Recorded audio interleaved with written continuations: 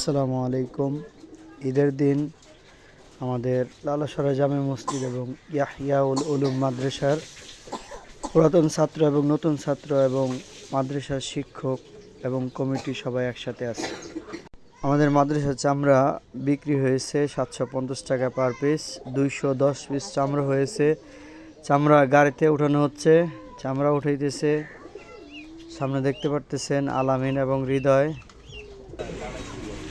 চামড়া গাড়িতে উঠাইতেছে।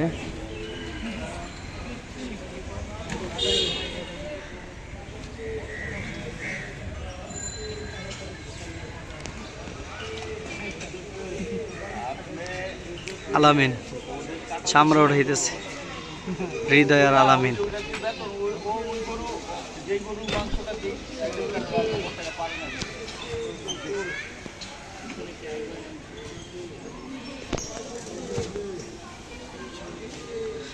হানিফ ভাই,